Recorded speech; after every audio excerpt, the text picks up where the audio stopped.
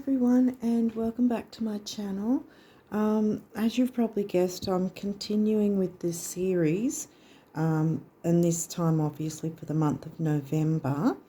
We're going to have a look at the astrology to see what comes out, and in this video specifically for Leo rising, everyone who is Leo rising sign, ascendant sign.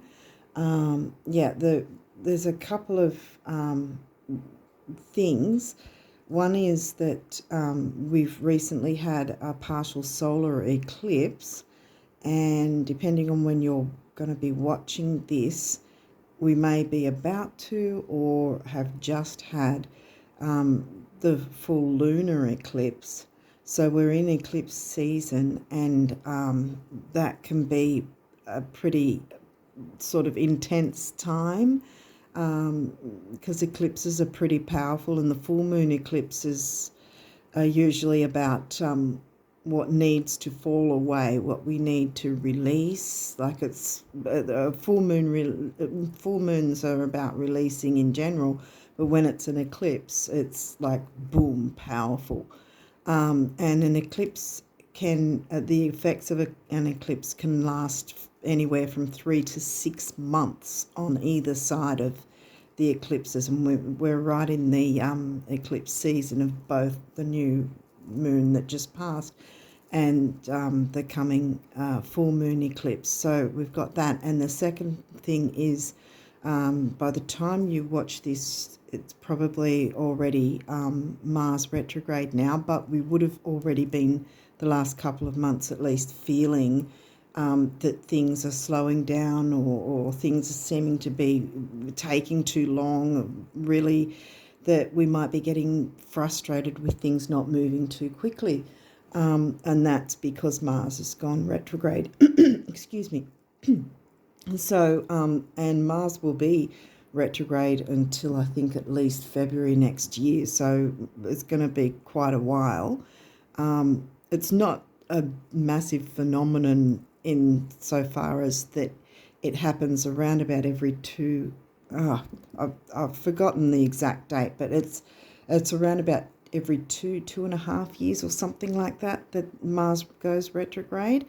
So like with any planet that goes retrograde, we need to sort of take a what do you call it? Reassess things, or have a second chance at working through things. And with Mars, usually when Mars is direct, Mars is fiery and go, go, go. And you guys being Leo rising, with your fire ascendant sign, all about the active the fiery side of things, if that makes sense. So it can be very frustrating when things aren't seeming to move as fast as we want them to be. So I think I've said enough for that at the moment. So we're going to be looking into the same decks from last time. I've been guided to stick with the same decks for now. So first we'll be looking into the arcana of astrology with this deck, and then the next astrology deck we'll look into is the astrology reading cards, and then after that we will look into some messages from the numinous astro deck, and then for the last part of the astrology side of it, we'll finish with some messages from the Star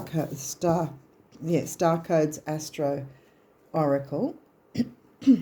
Excuse me, I've got a bit of a frog in my throat. And then we'll move on to the Oracle side of things with because the first four will be the astrology decks, and this is the numerology guidance cards. So we'll get some numerology for you, some messages from that. And then we'll get some messages from notes from the universe on abundance. You can always get some helpful abundance messages. And then we'll finish it up with some messages from the guardian angel cards to see what they want to say for you. So let's get started and see what comes through. Eclipse times can be very intense, and we've got, like I said, we've got Mars retrograde on top of things, making it a bit sort of tough to get moving, you could say. But at the same time, eclipses can often just have certain things suddenly happen, and it can become quite jarring if we're not already aware of where it's going to take place in our chart, so we can at least have some sort of idea. Okay, we've got something already. 11th house. Okay, so we'll see what sort of pattern comes through like we did last month. Oh, that is Eros, a asteroid. And I'll have to look into the book because I'm still not real well versed with the asteroids. It's always there's just always a lot to learn in the charts anyway. In astrology, we're always learning. It's so complex, some things. Okay, we've got Mercury. Well, Mercury's not retrograde.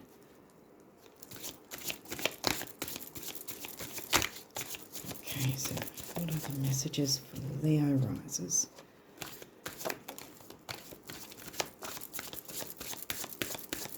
What messages can we get for Leo rising people?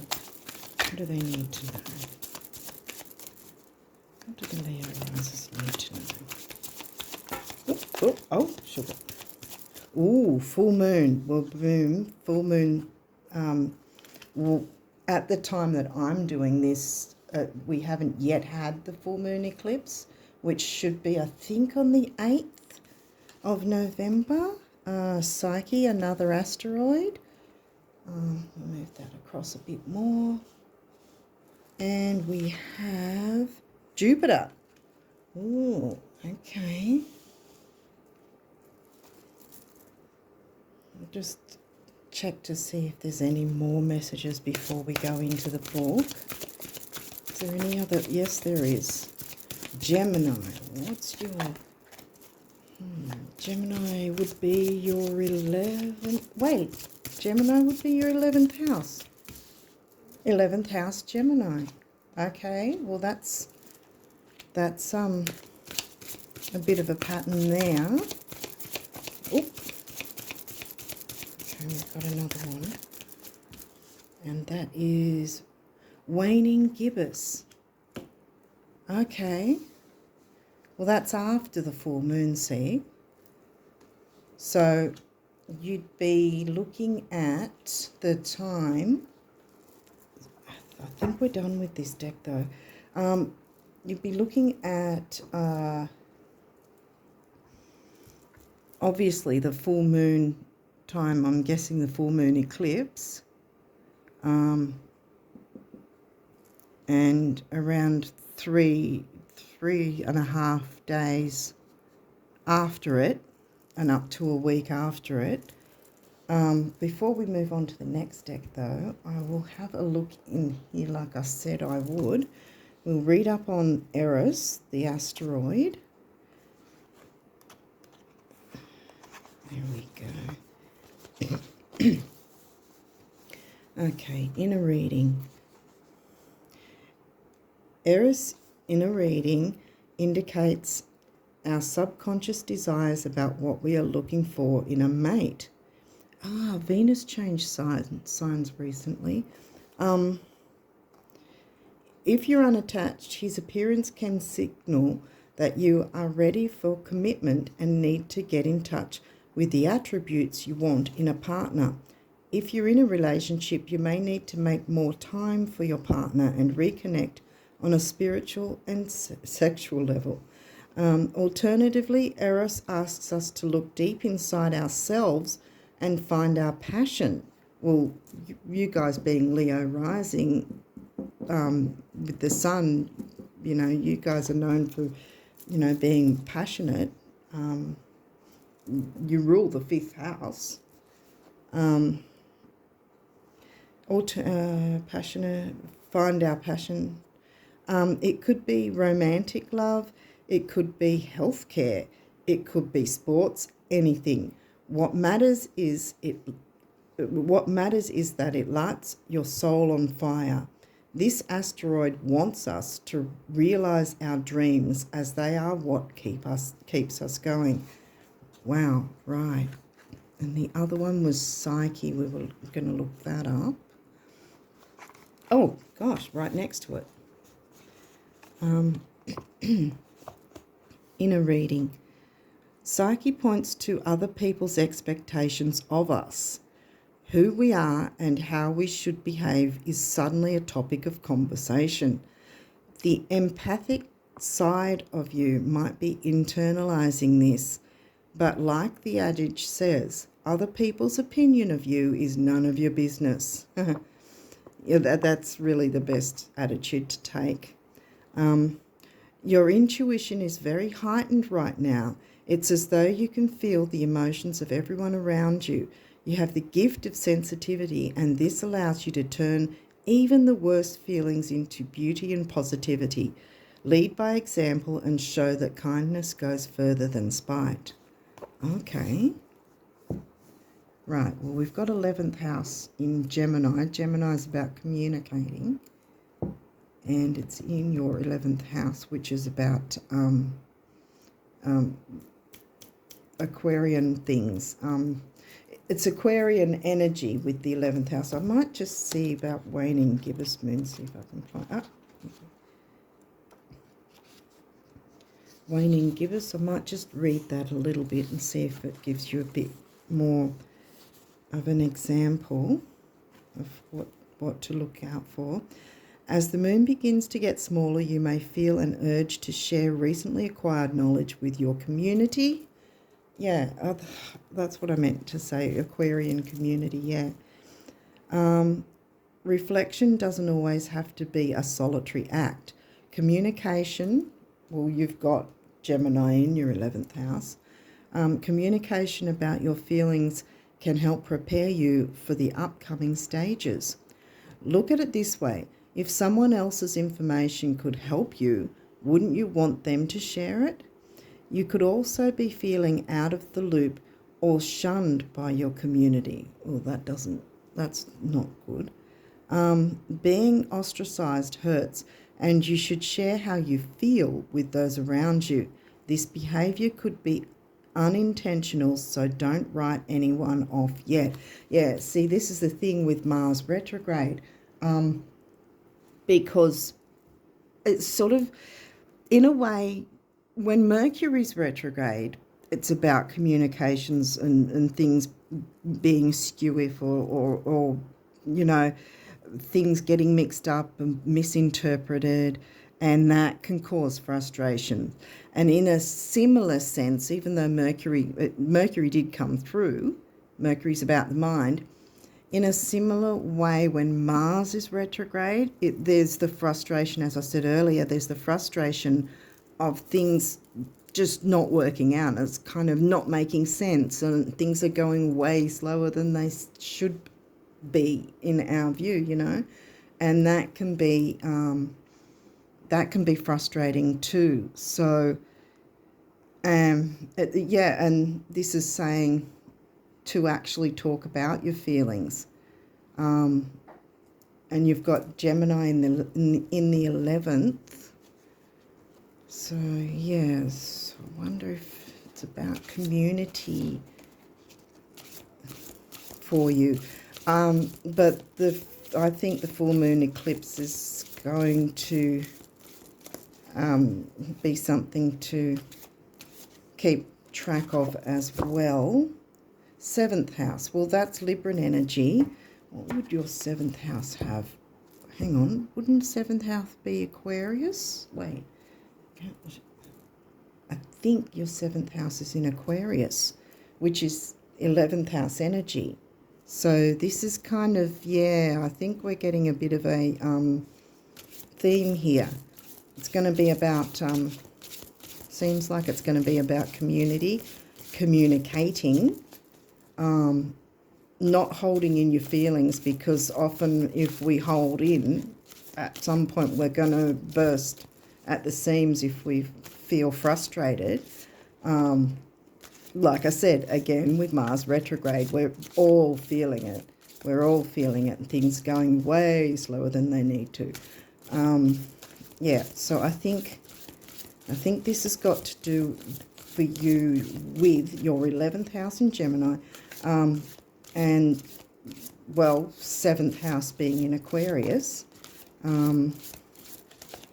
It's kind of reiterating that. So I think relationships, friendships, 7th house isn't just about love, romantic relationships. It can be about business relationships, friendship relationships,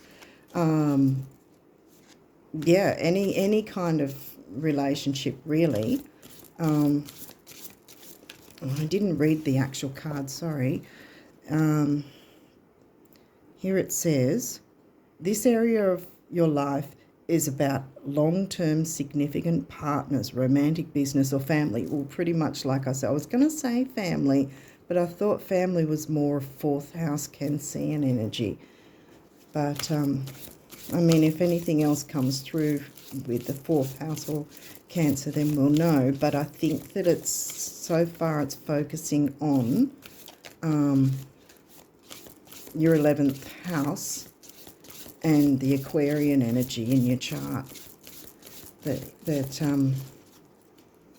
And see how you go with the full moon. If there's any frustrations, yeah, if there's any frustrations you're feeling now, use the eclipse to clear it, like to, I think this one wanted to come through Taurus. Okay. Taurus energy rules the 2nd house, which is the money house. The opposite one is also a money house, but it's about debts and credit cards, the 8th house. But the 2nd house is the easier one for money. So Taurus, the energy around you shows the abundance of nature. It is rich, earthy and productive, yet relaxed and slow. Yeah. Mars retrograde, we're having to slow down when, you know, especially fire signs don't like to slow down. Is this... I said 4th house Cancer. I wasn't sure if it had come through. This energy is emotional, sensitive, caring and loving. It may concern family, a mother or a child. Okay. Now, Taurus is your 10th house, I think. Because I think I mentioned Saturn, didn't I? But Saturn hasn't come through. Jupiter has. Jupiter, it can be about good luck, and it's nice to think that way. And hopefully it is as well for you. But Jupiter in general just expands things. So wherever Jupiter is in your chart, that's what's getting expanded, so to speak. Well, we haven't come across any aspects yet, so we'll keep that in mind. Mercury and Jupiter for you. But keep track of the coming full moon around the 8th. I'd say from the 8th to maybe the 12th to 15th of November might be significant for you in some way. Because, I mean, we're right in eclipse season, so it's pretty much a significant time for all of us, really. But, I mean, if you're able to cool your emotions, cool the fire a bit, even though it's difficult with the frustrations that the Mars retrograde brings. Yeah, just don't hold back, but at the same time sort of, as long as you're not like in anyone's face sort of, you know what I mean? Like you obviously it's saying you need to talk about your feelings and don't bottle it up. Because a lot of the time, I think didn't it say also that it could just be misunderstandings or misinterpreted and not exactly what we think it might be. And therefore, if we talk it through and go, well, you know, it seems like this is the case and this is how I'm feeling about it. And then the other person might go, oh, wow, I didn't think it seemed that way. You know what I mean? So I don't know if I'm making sense. Anyway, so what have we got for the Leo risers? What's next in the reading for them? What do they need to know for November? For the November astrology.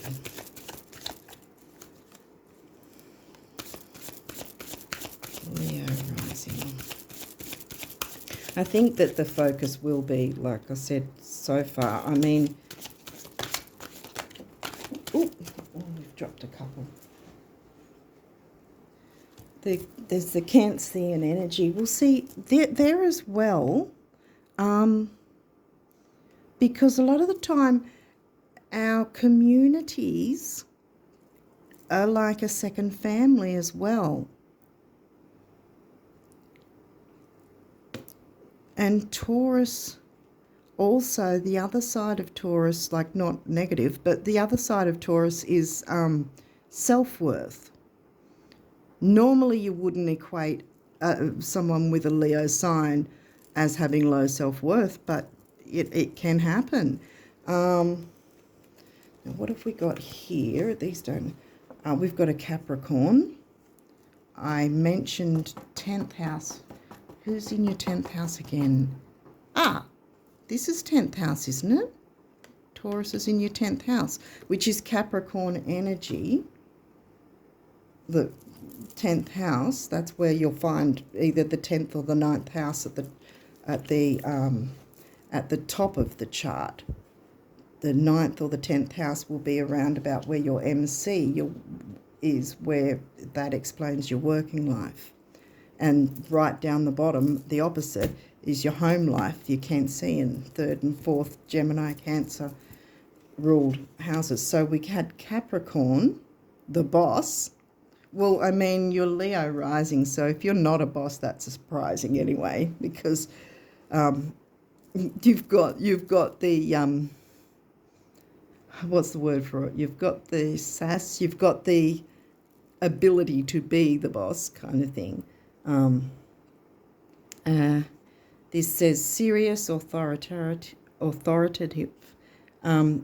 ambitious, realistic, structured, traditional, wise, enduring, accompanied, badass, majestic, competent, prepared, down to earth. Yeah, well, Leos are often down to earth. I know this is saying it's Capricorn. Corporate, reserved, rigid, disciplined. Well, you know, it might just be a matter of being a bit disciplined so that you're not getting too, I might just move them across this way actually, so that you're not getting too unfocused and confused, I guess. You could, because with the best of us can be affected by any of the retrogrades. So, Mars. Yeah. Desire, impulses, courage. Well, courage is the Leo energy. Force, heat, strength, competition, workouts, excitement, thirst, impatience, anger, leadership. We'll see impatience and anger can happen for any sign with Mars retrograde when everything's so frustrating if it's just not working. Leadership, that was mentioned. Engine, potency, willpower. What does that say? Motor, sex drive. Right, yeah. Because Mars is often been seen as the co-ruler of the 8th house as well. Like we usually equate Pluto with the ruler of the 8th house. But some of the signs have 2 two planets ruling their house or their sign. So Mars, is there any other messages from this deck for the Leo risers? I wonder if you're needing to take a boss role kind of thing within a community, perhaps. You Leo risers. Any other messages in here? Oh, yes, there is. Hang on, what have we got? We've got Chiron, the wounded healer. If we deal with our Chiron wounds around the full moon so that we're letting go of what we don't need, then that's perfect. We're using that as, perfect time for it to move forward and be the boss in a loving family way, setting, communicating well, 11th house, communicating with your community, healing power, growth, amends, release, personal development, inherited issues, self-doubt, generational trauma, shame, sensitivity, forgiveness, superpowers, divinity, cleansing, softness, pain. Yeah, Chiron. Pluto. Well, I mentioned Pluto being the ruler of the 8th house. You haven't got Scorpio in here or the 8th house. What is in your 8th house? I think it's a water sign. Pisces, I think. But that hasn't come through either. But I think that Pluto, either check if it's if it has any aspect in within this time frame, or it could just be reiterating that you need to be the Phoenix rising and boss up, because Leos are well known for being the star of the show kind of thing. So this is saying renewal, inner resources, basic instinct, motivation, personal power. Yeah. Evolution, composting, cycles, death, rebirth, subversion, suspicion, obsession, intensity. Well, things are intense anyway with both the eclipses and the Mars retrograde, which is going to be until at least February next year. But I also count the pre-shadow and the post-shadow time as well, so it's quite a long time. Reckoning, taboos, clearing, extremes. Yeah, clearing, using the full moon to clear what, like the saying goes, what doesn't serve you, what's slowing you down, because with Mars retrograde, we're all being slowed down anyway, so you don't need anything more slowing you down. So if you've got that opportunity, which is coming up around the 8th, ooh, a square. Oh, okay. I've got a square with something. Well, you don't have a, you don't have a first or third quarter moon, which is a square to the sun.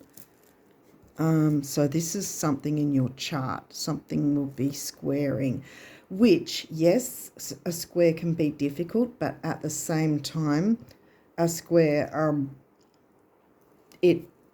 it's, how do you put it? It does have a challenge. So sometimes challenges aren't bad or unpleasant all the time.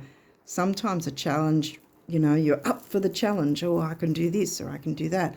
And it could be something like that. And maybe, again, I keep coming back to this.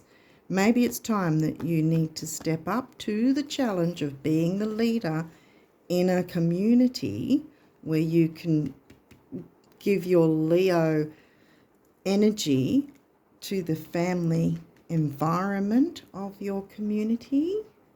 Let's see what these cards have to say for you. What other messages? Whoop. Saturn is in reverse. I wonder if, if you have in your chart got Saturn with a little R, I think it's a RX. If it's got a little R next to it in your chart, that means you have you were born with retrograde Saturn, which means you would internalize things in your life more than normal. Saturn upright, Saturn's about fears. I'll read up on this one in a minute, but I'll see what else comes through if we get some more messages. Yep, well, oh goodness. I know that one wanted to. Aries, it ruled by Mars. What have we got here? Capricorn, we had 10th house come through. And solar flares. Okay, is there any other messages before we look into the book for the Leo risers? Solar flares also can be certain time frames as well. I don't know when the next one might be, but they can also bring their own sort of power or intensity as well, but not necessarily intensity in a bad way. Again, yeah, I'll have a look in the book here. We'll look in Saturn retrograde 24th.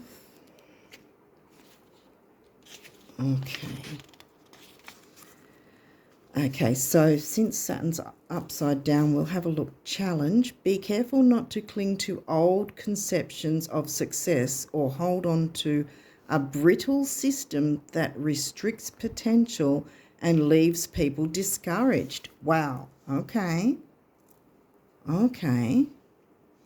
So it's telling you to sort of ease off a bit in a way. Not necessarily move away, but sort of have a more gentler approach by the looks of it. And we've got Aries also in reverse. So it also says challenge. Accidents increase when you are in a hurry, rushing through a project or impatiently distracted.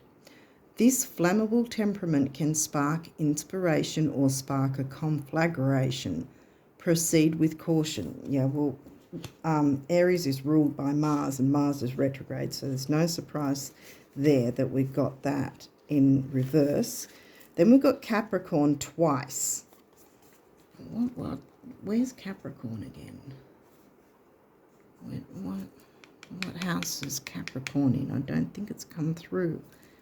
I think that's your 6th house is Capricorn, but it's there twice. And when you're looking at your say your career, you will be looking for what's in your 10th house or on or near the 9th or 10th house, usually the 10th house, and the 6th house, which is Virgo energy, the house of service. And I think Capricorn is in the 6th house for you, in the house of service. Okay, and this is upright, so we're reading the gift part. Wisdom grown over time and through mature experience is the gift of Capricorn, as is connection to the spiritual traditions and disciplines that offer a sound foundation for our evolution. And then we'll look up solar flares, number 17. Solar flares, it's upright, so we're reading the gift one. The sun, which rules Leo, the sun is sending extra voltage and inspiration your way. Yay! So use it wisely. Feel the heat in the situation, the passion in the people involved.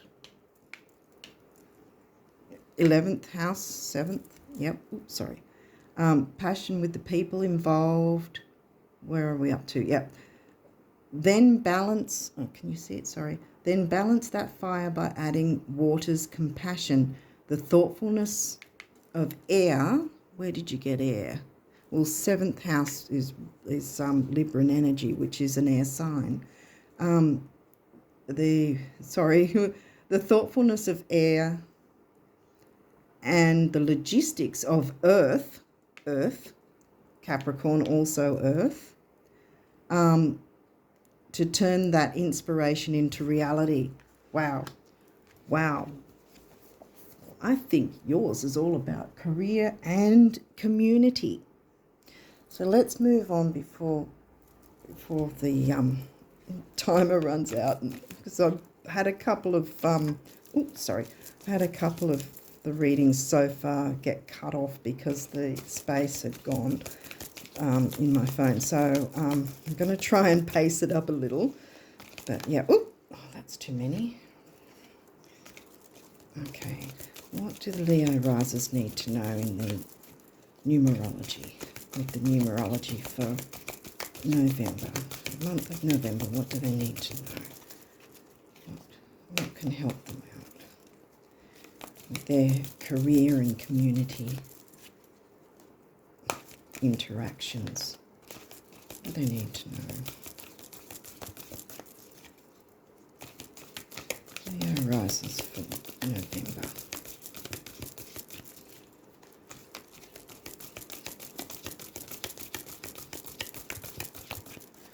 Okay, is there anything I haven't touched on? Pluto's about Phoenix rising energy too. I think I also touched on that. So you still can forge ahead as long as you're not, racing ahead. Because if we're aware that Mars is retrograde, yes, how many times have I said it already? I know. But if we are aware of that, it's going to be that bit less frustrating for us if things are a bit too slow, or we just would want things to happen faster than they are. Okay, what numerology guidance can the Leo risers have, please? What do they need to know? Oh, that one looks like it wants to come out. 44, environment. Well, environment, yeah. Because that can be seen a couple of... we've got a couple of other ones now. That can be seen a couple of ways, like the environment in terms of... you've got a few. In terms of nature. But I'm kind of edging towards the environment of your community, social circles. And then we've got 85, follow your dreams, yes. Step up and be the leader. 77, spirituality. Well, community, yeah. Could have something very much to do with spirituality. Pride, 19. Yeah, Leo, pride. Have pride in yourself, yes. As long as you're not like over proud. What's the word for it? That some people come across as if they're full of themselves, and that's not, great. And I'm not saying that with you guys, but you know what I mean. Be proud of yourself still, especially if you've been feeling low and have lost a bit of self-confidence. This reading's pretty much telling you, no, step up. It's time for you to follow your dreams. Wow. Okay, so we're looking into notes from the universe on abundance. What can the Leo risers get? Messages from the universe on abundance. What do they need to know for November? Hopefully I won't run out of time. Hopefully it won't cut off. Okay, for the Leo risers, what do they need to know from the universe? What messages for November can they have for their community, for their following their dreams? The Leo risers, what do they need to know?